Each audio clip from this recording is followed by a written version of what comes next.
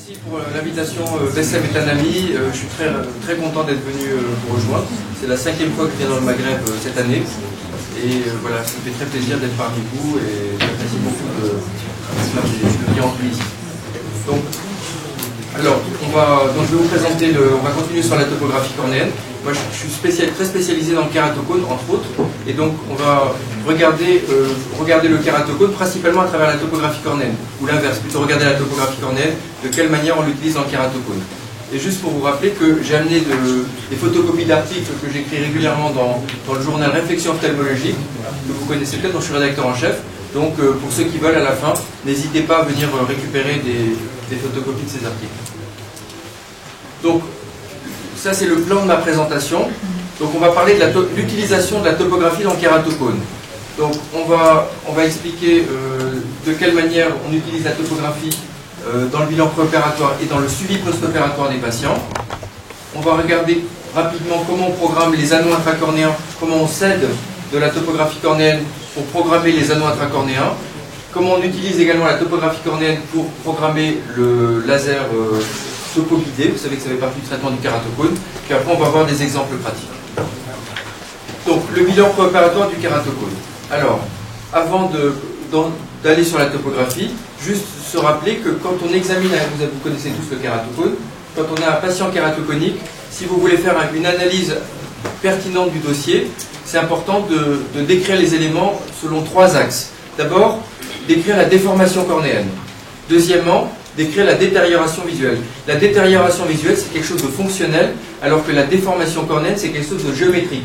Donc, on va caractériser la géométrie de la cornée, la géométrie de la déformation du kératocone, d'une part, et deuxièmement, on va caractériser la détérioration visuelle, qui est quelque chose de fonctionnel, qui est la conséquence directe de la déformation géométrique. Et la troisième chose qu'il faudra caractériser dans le bilan d'un kératocone, c'est l'évolutivité. Est-ce que le patient est évolutif ou pas? Donc, la topographie cornéenne va surtout nous aider pour l'aspect géométrique, beaucoup plus que pour la vision.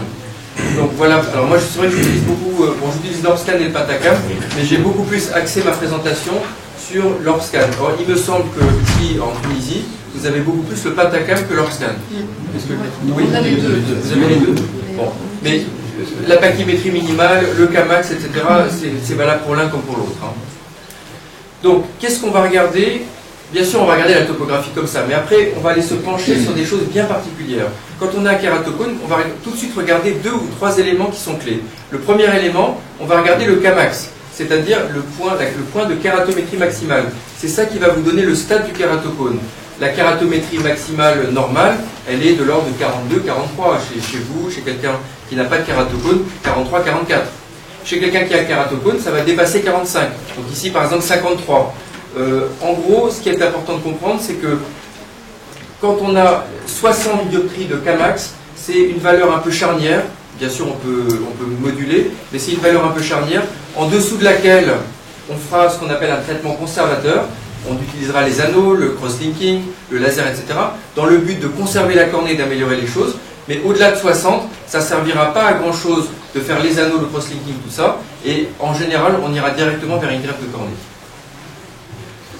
Deuxièmement, on va regarder la pachymétrie minimale. Ça, c'est un élément très important.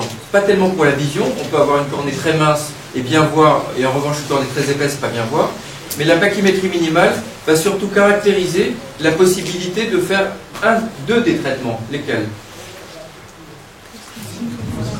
Voilà, le cross-linking, pourquoi? Voilà, parce que normalement, la valeur limite pour faire du cross-linking, il faut avoir au moins 400 microns. Donc là, on regarde la pachymétrie et tout de suite, on sait si on pourra faire du cross-linking ou pas. Si vous avez un patient qui est très jeune, qui a genre 18 ans et qui a une pachymétrie minimale à 380, c'est mal parti. Parce que c'est-à-dire que vous ne pourrez pas lui faire du cross-linking chez un patient qui est très évolutif, qui souvent a un kératocone très avancé, en général, c'est directement la greffe. Donc ça permet de savoir si on pourra faire le cross-linking. Ça permet aussi de savoir si on pourra faire le laser. Parce que quand on a une cornée trop fine, pareil, on ne peut pas faire du laser topoguidé. On regarde bien sûr l'astigmatisme, alors là je ne vais pas détailler, mais ça permet de caractériser ce qu'on va faire au patient. Et puis l'aspect de la topographie en général, qui permettra de caractériser les anneaux qu'on va poser quand on pose les anneaux. Bon, ensuite on regarde la vision, là je ne vais pas m'étendre là-dessus, puisque c'est un cours sur la topographie cornéenne. On caractérise la vision, les aberrations, la meilleure acuité, l'acuité sans correction. Et on va regarder également l'évolutivité. Donc l'évolutivité, c'est bien sûr l'âge du patient. Les patients qui ont 18 ans, ils sont évolutifs. Le patient qui a 18 ans, qui a un vrai kératocone, je ne parle pas d'un kératocone fruste, hein, mais un vrai kératocone, vous ne vous posez même pas de question, il est évolutif. À 18 ans, il ne faut pas attendre pour faire un cross-linking. On va attendre de vérifier qu'il évolue. Il évolue. Hein. Mais si des fois vous avez un doute, l'âge n'est pas suffisant, et là la topographie est très importante pour vérifier que, que le kératocone évolue. On ne va pas tellement se baser sur la vision, ni même sur la kératométrie. On va se baser sur la topographie et surtout sur les cartes différentielles. On va faire une soustraction, donc pour ça il faut avoir le même appareil, c'est-à-dire qu'il faut revoir le patient à plusieurs mois d'intervalle au même endroit avec le même appareil, et on peut faire le patacam comme dans l'Orscan, on peut faire des soustractions qui permettent de voir si c'est évolutif. Vous voyez par exemple ici, c'est un kératocone qui est parfaitement stable entre deux intervalles différents, deux périodes différentes. Vous avez une carte différentielle qui est nulle. Alors qu'ici, c'est un kératocone évolutif. Voilà. Donc la topographie cornéenne permet de caractériser l'évolutivité du patient. Alors ensuite, la topographie cornéenne est très importante pour caractériser au stade préopératoire un kératocone, mais également, après le kératocone, on va lui faire des choses. On va le traiter, on va lui poser des anneaux, on va faire différentes choses. Et après, la topographie cornéenne sera très importante pour suivre ce patient, pour voir l'efficacité, pour voir l'effet d'un traitement qu'on aura appliqué chez le patient. Donc avant de regarder comment on pourra suivre l'effet des traitements avec la topographie, juste un petit rappel rapide sur le traitement conservateur du kératocone. Mais ça, on va développer plus dans l'atelier suivant, auquel je vous invite fortement à rester. Alors, comme je vous ai expliqué, ce qu'on appelle la chirurgie conservatrice du kératocone. Ça n'a de sens que quand la kératométrie maximale est inférieure à 60. Au-delà, quand on a un kératocone trop avancé, voire même un hydrope, c'est même pas la peine d'y penser, on fait directement une greffe. Donc quand on a un kératocone qui n'est pas trop avancé, il y a deux objectifs du traitement. Et ça c'est important, puisque c'est comme ça que j'explique les choses aux patients. Les patients souvent ne comprennent pas bien, et quand on leur explique les choses comme ça, ils comprennent bien. Donc, le premier objectif du traitement, ça va être d'améliorer la vision, ça tombe sous le sens. La vision, elle est diminuée à cause de quoi? Elle est diminuée à cause de la cornée qui est déformée. Donc si on veut améliorer la vision, c'est simple, il faut corriger la déformation. Il y a les lentilles, bien sûr, mais ça je ne vais pas en parler. Chirurgicalement parlant, il y a deux manières de corriger la déformation, c'est-à-dire de régulariser la cornée. La première manière, ça va être une méthode additive, c'est les anneaux intracornéens. On insère dans l'épaisseur de la cornée des anneaux qui vont changer la forme de la cornée, qui vont redresser, donc, qui vont corriger la déformation et qui vont donc améliorer la vision. La deuxième manière, qu'on utilise souvent d'une manière combinée, c'est le laser topoguidé. Il ne s'agit pas d'une chirurgie réfractive, on n'est pas dans le cadre d'un myope qui ne veut plus mettre de lunettes, on est dans le cadre d'une maladie où la cornée est déformée et on va faire du laser mais qui sera basé sur la topographie. C'est un profil d'ablation personnalisé qui sera appliqué de manière à corriger la déformation et les aberrations d'ordre supérieur pour faire remonter la vision. Et quand on fait du laser, parce que c'est quand même des patients kératogoniques qui ont une cornée amincie, quand on va faire du laser excimer qui va amincir la cornée, même si que le patient évolue ou pas, il faudra systématiquement, dans le même temps opératoire, faire du cross-linking. Voilà, même si le patient n'évolue pas. Parce que si jamais, par exemple, vous avez un patient de 40 ans qui n'est pas évolutif, vous lui faites du laser topoguidé, vous pouvez déclencher une aggravation du kératocone sous l'effet du laser. Donc pour éviter que ça s'aggrave sous l'effet du laser, vous faites systématiquement un cross-linking en même temps. Et puis si le patient est jeune et évolutif, bah, tant mieux, on traite comme ça l'évolutivité en même temps. Voilà, en tout cas c'est ça mon schéma. Souvent, 90% des patients, c'est ça que je fais. Premier temps, anneau, deuxième temps, laser topoguidé, plus cross-linking. Et voilà, donc ça c'est les deux méthodes. Alors, ce que je voulais dire, donc, dans le cadre de la topographie cornéenne, c'est très important, puisque la topographie permettra de suivre l'évolution et notamment de mesurer l'effet d'un traitement qu'on aura fait sur la cornée. Donc vous voyez par exemple ici les anneaux, donc on fait ce qu'on appelle la dual map, la carte avant, après, de préférence avec la même échelle pour pouvoir comparer, et on voyait que la topographie avant anneau et après anneau c'est beaucoup amélioré. Et on fait également ce qu'on appelle la carte différentielle qui permet de mesurer l'effet du traitement. Donc ça c'est pour les anneaux, et ça c'est la même chose pour le laser topoguidé. Et là vous avez le profil d'ablation qui a été imprimé sur la cornée. Ensuite, on va voir comment la topographie cornéenne peut être utile pour... tu m'as dit au niveau du timing. Bon, je regarde juste le timing. 15 minutes. Alors, pour la programmation des anneaux. Donc comment utiliser la topographie? Alors, rappel sur les anneaux. Les anneaux, vous savez tous ce que c'est les anneaux intracornéens. Ils varient par le diamètre de la zone optique, par leur longueur angulaire. Il faut savoir que plus les anneaux sont de courte longueur angulaire, plus ils auront un effet sur l'astigmatisme, et plus ils auront une forte longueur angulaire, moins ils auront d'effet sur l'astigmatisme et plus d'aplatissement. Ils varient également par leur épaisseur. Plus ils sont épais, plus ils ont d'effet. Et on a également les anneaux récemment à gradient d'épaisseur, plus épais à une extrémité et plus fin à l'autre extrémité, qui permettent de traiter certains types de kératocones. Donc voilà le principe, voilà une topographie, carte kératométrique et carte d'élévation. Comment on analyse les choses? Vous voyez que le sommet du cône, le point rouge, l'apex cornéen, il est situé dans la concavité des deux hémiaxes cambrés. Vous voyez que les deux hémiaxes cambrés dessinent une concavité comme un sparax un petit peu. Et donc dans cette concavité se trouve l'apex cornéen, c'est-à-dire le sommet du kératocone. Et on va mettre l'anneau, quand le cône est décentré comme ça, on va mettre l'anneau en aval du cône pour aller recentrer le cône et réduire le cône. Donc voilà, donc ça c'est le même exemple, c'est exactement ce qu'on vient de dire. Quand on a un kératocone comme ça, vous voyez qu'on a deux hémiaxes cambrés ici qui sont équivalents. Par contre là, on a deux hémiaxes cambrés, l'un est moins marqué et l'autre est plus marqué. Donc dans cette indication, on va utiliser des anneaux de type Carring 160. Donc là, on déborde un peu sur les anneaux, c'est un cours sur la topographie, mais on ne peut pas dissocier les deux, puisque toute la prise en charge du kératocone est basée sur la topographie en fait. Là, on a un astigmatisme direct, donc un kératocone avec un astigmatisme direct. Dans ce cas-là, on utilisera deux anneaux qu'on va centrer sur le méridien le plus plat.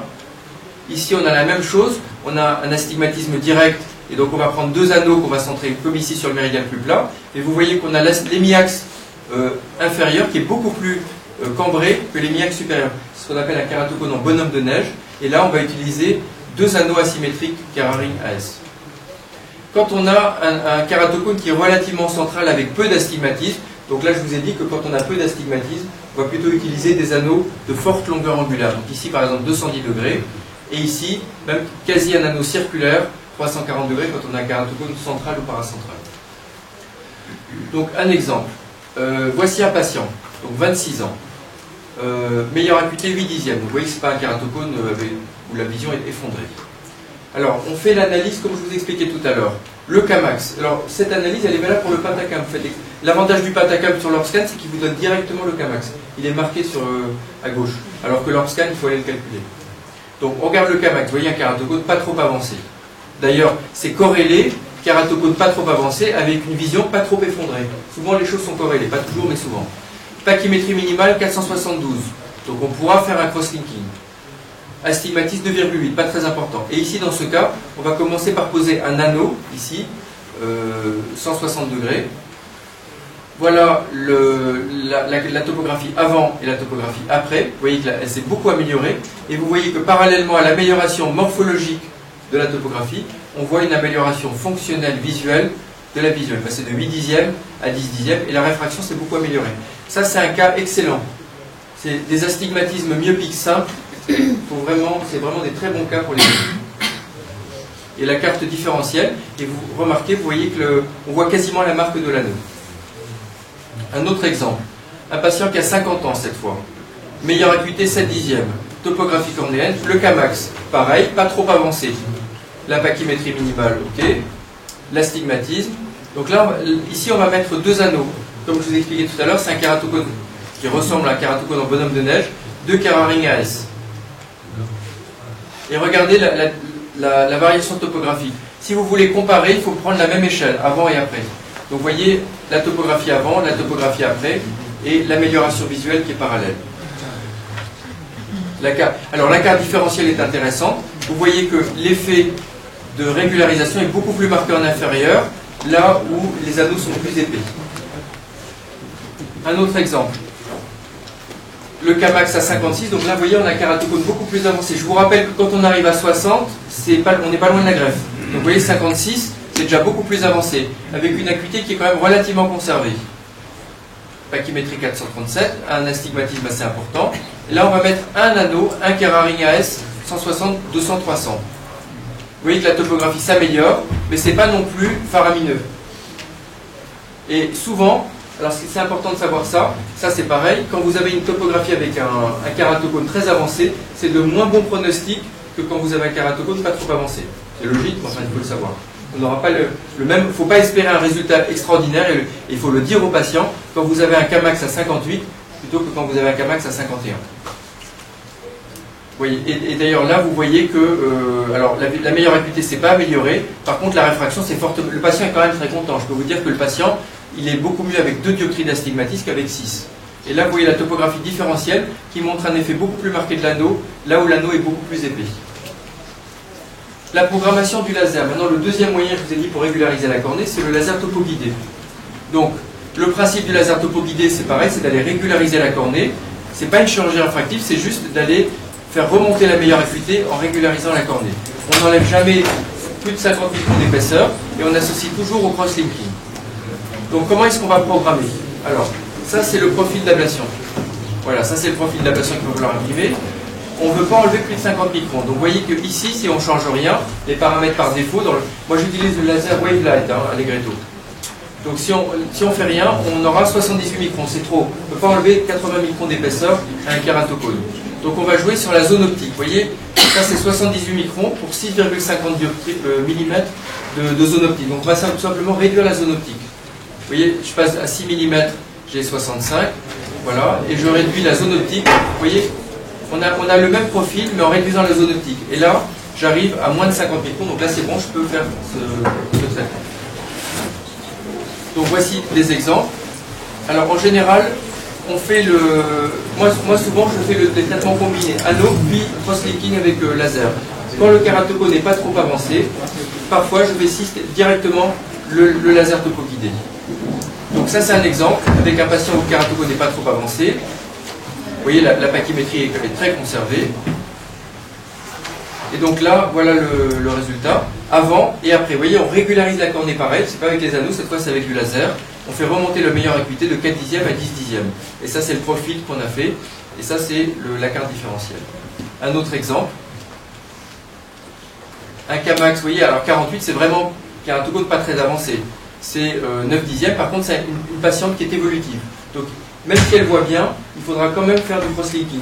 Si vous faites du cross-linking, profitez-en pour faire un petit coup de laser en même temps, pour 2 raisons. D'abord parce que le laser, d'une part, il va permettre d'améliorer la vision. Le cross-linking ne va pas beaucoup améliorer la vision, ça va surtout stabiliser.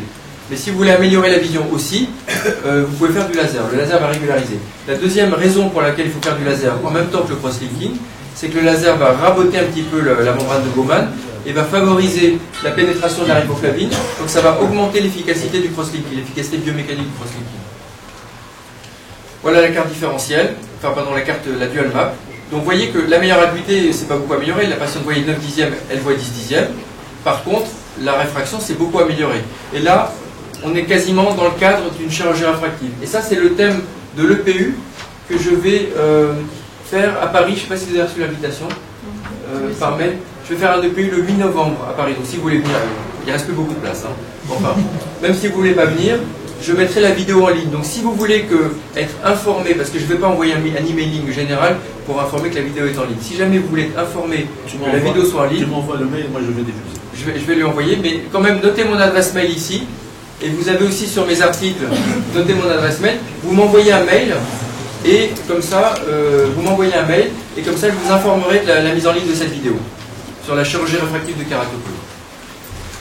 Autre exemple, patient de 50 ans. Alors là, vous voyez, c'est encore plus frappant. Il a 10 dixièmes. À la limite, il n'est pas évolutif. Il a 50 ans. Il voit 10 dixièmes. Donc, logiquement, on devrait laisser tranquille ce patient. Eh bien, il est demandeur de mieux voir. Donc, pareil, on fait un laser topo-guidé. Et vous voyez qu'on hémétropise quasiment le patient. Il n'y a pas grand risque. Hein. C'est vraiment des chirurgies. Le risque zéro n'existe pas, mais c'est des chirurgies très peu risquées. Voilà. Et maintenant, pour finir, parce qu'il nous reste 5 minutes, c'est ça? Moi j'ai 9h, c'est jusqu'à 9h15, non? Oui. Eh ben, il est 9h08. Oui.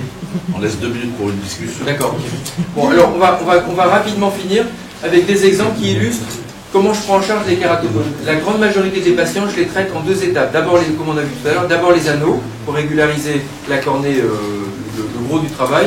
Et ensuite, le laser topo-guidé pour poursuivre la régularisation, affiner ce qui reste à régulariser. Et en même temps, du laser topo-guidé. Donc voilà un exemple. un patient. Donc maintenant, vous savez comment analyser la topographie préopératoire. Donc première étape, les anneaux. Ça, c'est la topographie. Deuxième étape, le laser. Et ça, c'est la topographie finale. Vous voyez comment on a quasi normalisé la topographie cornéenne. Et parallèlement, on a quasi normalisé la vision. Vous voyez, on a 6 dixièmes de meilleure acuité avec une certaine réfraction. Et on arrive à quasiment 10 dixièmes sans correction. Donc ça, c'est des cas qui sont assez fréquents. Et ça, c'est les cartes différentielles qui, à chaque fois, montrent l'efficacité des différents traitements. Deuxième exemple. Bon, là, je vais passer rapidement. Vous voyez, normalisation de la topographie avec les 2 étapes. Première étape, les anneaux. Deuxième étape, le laser. Et normalisation de la vision. Autre exemple. Je passe rapidement. Vous voyez, normalisation. Vous voyez, cette cornée, ça, si vous regardez que ça, vous vous dites, le patient, bon, il n'a pas de kératocone, il a un kératocone fruste, c'est tout. Alors qu'au départ, on avait ça. Et une meilleure acuité de 5 dixièmes. Vous voyez ce qu'on arrive à faire en matière de traitement conservateur du kératocone. Il ne faut pas se limiter à faire du cross-linking.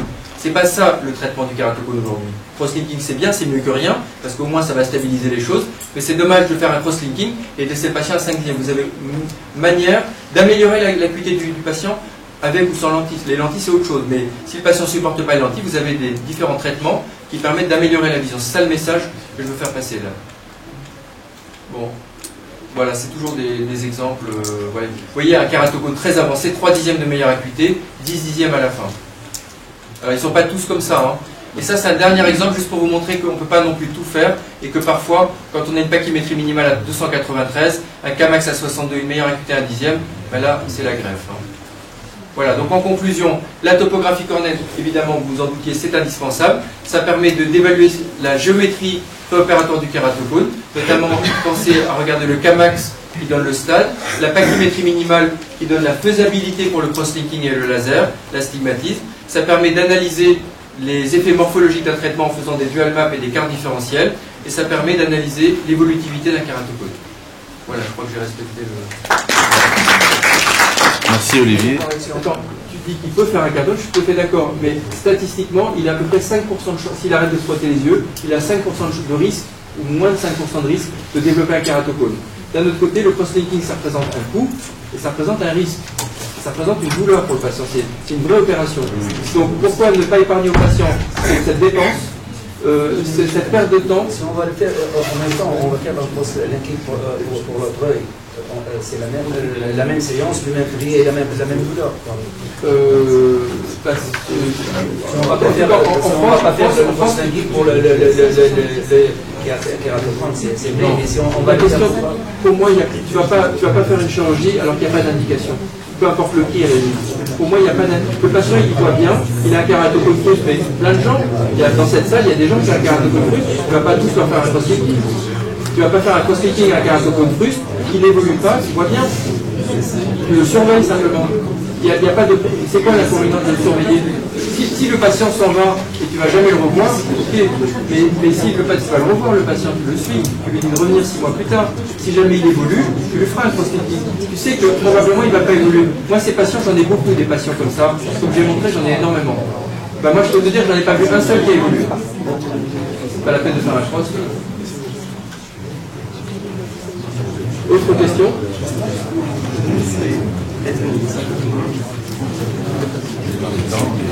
Je pense que nous avons bien contourné la question. Il y a toujours à dire en matière de topographie, de traitement de kératocone, on n'a pas tout dit là. C'est juste une introduction et j'espère que la prochaine fois, on fera mieux. Je vous remercie de votre présence. Merci.